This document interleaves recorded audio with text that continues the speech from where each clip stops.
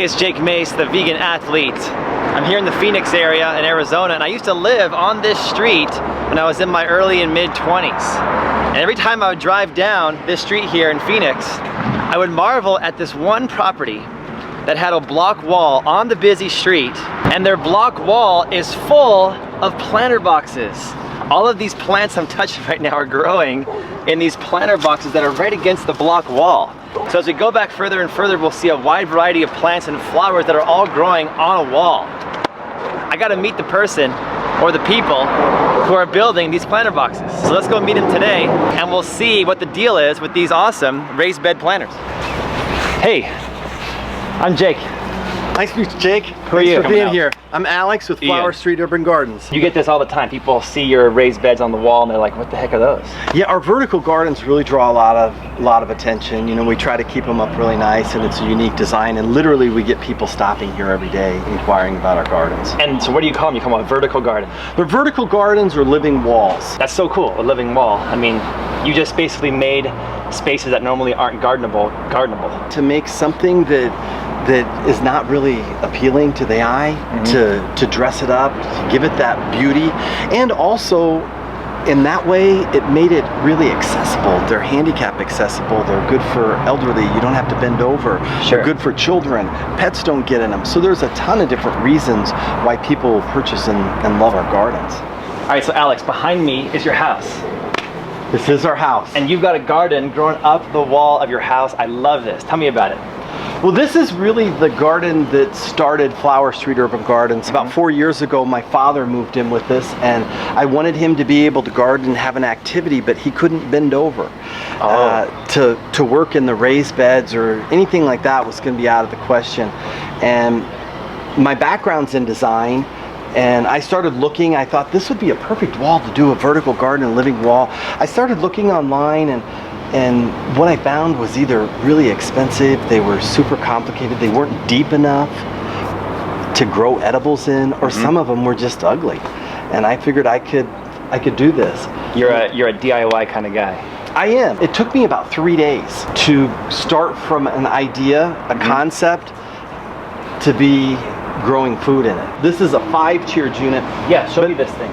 This is, there's actually 4 units put together here. There's 3 facing the south, and then we have a special bracket for the outside corner, and then we have a 4th unit here. This is 120 square feet of growing space. Wow, that's amazing. Which is crazy. Just on the wall. Just on the wall. And it looks like on the main street where all the pedestrians are, you've got mostly non-edible stuff growing there. Well, that's not necessarily true. Most of that out there we're going to be harvesting. Those are sweet potatoes. Oh, are they really? Yeah. They look great. Those are sweet potatoes. So we will getting... And that's great because folks don't know that the greens are edible, or the potatoes, so you can grow without people picking it and taking it away. But you know, to me, we're going to be putting lettuce, kale, a lot of greens out there, nasturtium for here in the next week or so when it just drops down a little bit more.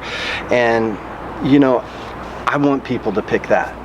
If someone needs the food or they want to take that food, it's all there. The interesting thing that's happened out there, before we had those gardens, like monthly, that wall was tagged. We'd have to call graffiti. Yeah, we'd have to call the graffiti hotline. They come out and paint it.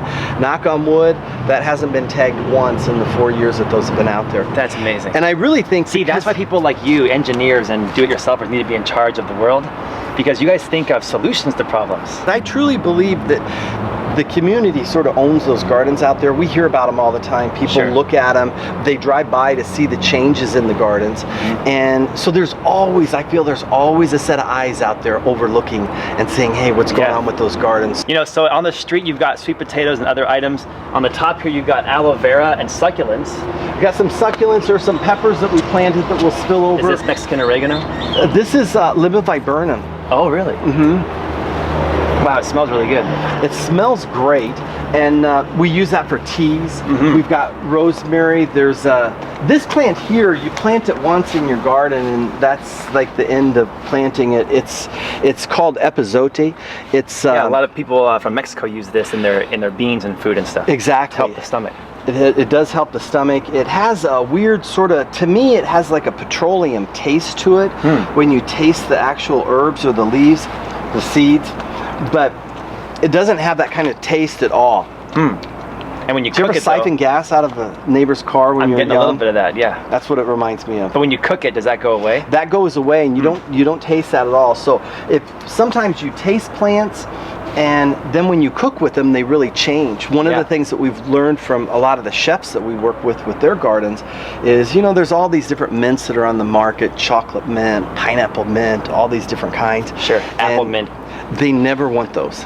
They want the mentha. It's called the best mint. Mentha the best, yeah. And that one, because it's predictable in the flavor when it's heated, when it's dried, when it's muddled, it's very predictable. These other ones just aren't, and they can have some weird off taste to them. You know, I never thought about that, because I love the chocolate mint, but I would imagine for a professional chef, they want that predictability of the mint flavor. Exactly. So the best mint, it's actually called the best mint, is one that you guys grow for all your chefs and restaurants. That's what they require. So every restaurant in town could conceivably turn their building into a food source if they grow with your planters like this. Yeah, and what we really concentrate on with the restaurants is more of the microgreens and the herbs. Okay. Because that's something that they can really come out and get some fresh herbs, put that onto the plate to finish off the dish. Some of the plants, they just don't produce quite quickly enough for a restaurant. And there's no doubt that this isn't going to be able to supply their needs. But it can enhance their needs. It can enhance them and offset it, right. Tell me why it works. Tell me how it works. Okay, the whole concept is with the gardens is, if you look right in here, we manufacture these food grade liners that are in each one. And I'll show you a little bit better on another unit too. So this is BPA free. Mm-hmm. Cool. And the only thing that would really break that down is exposure to sun. But it's not exposed to sun because of the wood and the soil. Yeah, totally. Also, back here, the liners, they have small perforations for drainage. This corrugated material that's attached to the back board here, it will catch the water and it will ensure that the water doesn't get on the structure that the garden's placed on, and it will repurpose and recycle that water. So your wall here is not going to rot because that takes the water and literally makes it trickle down. It does. It's that whole trickle down effect. And then on the very bottom, it has stainless steel wire that just keeps it elevated so it won't drip onto the foundation, so you don't get stainage with it. So do you guys just water the top one and let it all kind of trickle down into the successive beds? Well, it really wouldn't be the most efficient way to water. These are all hooked up to irrigation, and through your 1/4 inch line, just like your raised beds. The same in the raised beds, but the only difference is because this top level doesn't get drainage, there's an entire loop of that irrigation on those. On these bottom layers or bottom tiers, it's just one. Just one. And we want to place that just front of center because you're going to get the drainage water back there, and that's how the system balances. And these boards are not screwed together or glued, they're just using pressure and they're slid in there, so you could actually slide a board out or in if it breaks. Exactly. So they're meant to be a long-term, serviceable, easy garden. A block from us was a mental health and drug rehabilitation center for low-income people. So we've seen people in the worst conditions coming up and down that street when we're out there working on it. And it gives us a lot of pleasure because they'll thank us. They say, you know, when I come to my treatment, I look forward to walking past your garden. Just your one residence is like worth their whole trip of walking down the street. It helps them to get to the treatment that they need. So this living wall or vertical garden has some shade thanks to your pecan tree, which is massive. Yeah. And you put strawberries in here, just planted your strawberries out for the fall season. Yeah. And the whole idea behind the gardens and the shape of the gardens, the higher the sun is in the sky, the more the lower layers are protected. Okay. And as the sun drops into the southern skies, it opens up more sun in there. Right. Plus, this tree is going to lose all of its leaves here in about 6 weeks, 8 weeks, depending on the weather. And then during the coldest part of the winter, it's going to get all that great sun. That's amazing. And because it's on the house, it's going to get some warmth from the house. But the other thing that's really cool that I'll post some photos is when we do put frost cloth up, we clip them to the fascia, and it's like a giant curtain. Oh wow! That hangs over the the top. Wow, so you have no damage in the winter. And you're going to show the folks watching how this wood is put together here. Look at that, it just pulls right up. So these end caps are literally just wedged in there. And when we first put the garden together, there's a little gap between the radius of this curve and the top board. Okay. Now what we want to do is there's a right and left side to the end caps. You just line up your end cap, and you pull this up, and it's held in with friction and tension. Because now that's in there, man.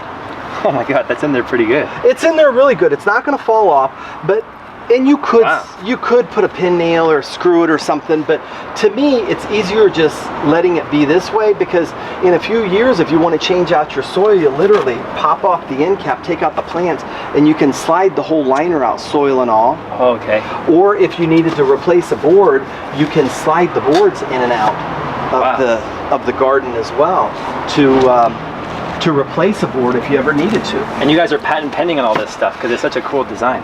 We are patent pending onto it, and hopefully that will be finalized here in the next few months. That's great. It's been a long process. Yeah, sure. But it's a great idea.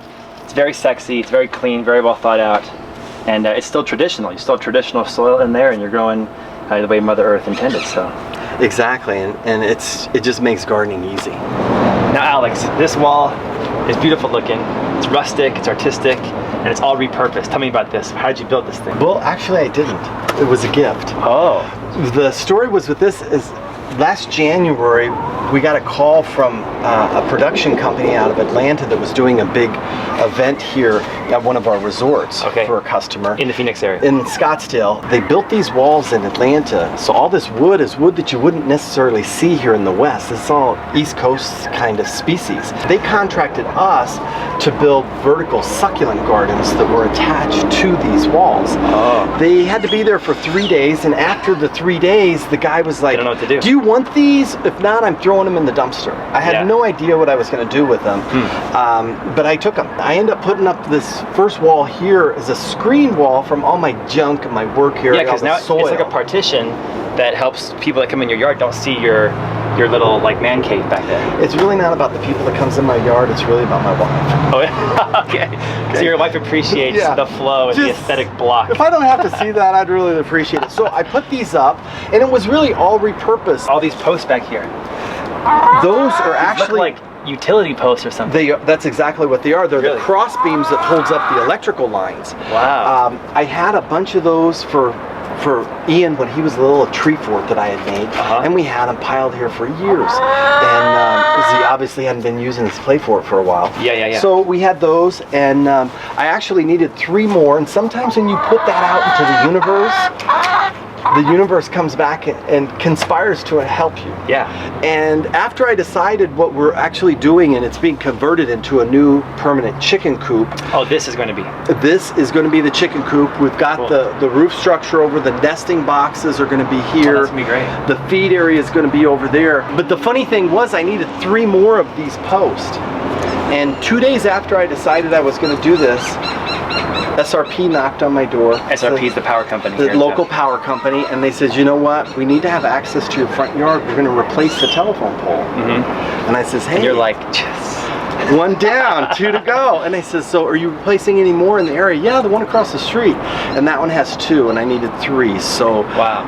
And they gave them to you? They just gave them to me. They don't want to haul them off. Yeah, sure. So they gave them to me, and it has a unique look. Now everything's going to match. It's going to be an awesome chicken coop. We want to expand that because we have friends and family that wants eggs, and so we'll be able to produce a little bit more and have more product to fertilize our gardens and stuff with as well. And maybe you can even put some of your vertical gardens on the outside. That's a thought too. Hey Alex, I want to thank you for all your wisdom, experience, knowledge, and your ingenuity. This is so cool, and this one's full of succulents. Every one of them is unique and beautiful in their own right. So. And this is sort of our take on a window box, and still some of the edible theme here with the elephants. One of my favorite things to add to a salad.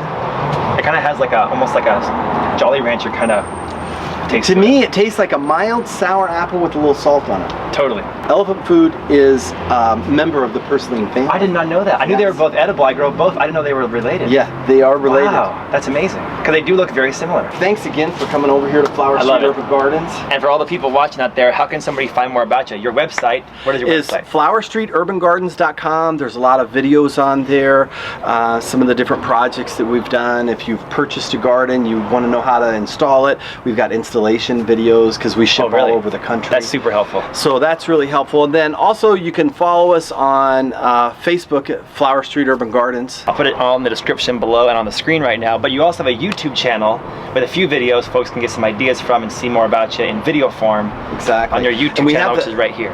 We have that direct link on our website too, so you can just click on that and it'll take you right to our videos. To all your social media. Yep. That's fantastic. I enjoyed it. It's so aesthetically pleasing. It's amazing. I gotta come back and see how things grow throughout the season. And now when I pass by on 44th Street, I'll know what's going on back here. You can honk, because normally we're out here. Yeah, and I'm starting to see your vertical gardens at different installations, schools, restaurants, businesses, and homes all around town, so. Yeah, and one of the ones I'm most proud of is we did a really cool installation at the Arizona Veterans Hospital. Oh, you did? And they use it for garden therapy because it's something that you can get your hands on, and we all, just as humans, there's such a connection with the plant world. And, yeah. And then you could throw food in there that you grow, there's even more of a connection. Absolutely.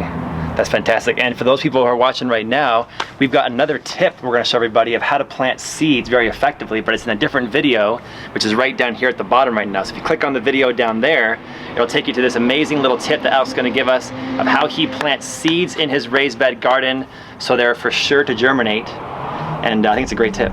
Super fun and easy. Check it out. Thanks, man. Thank you.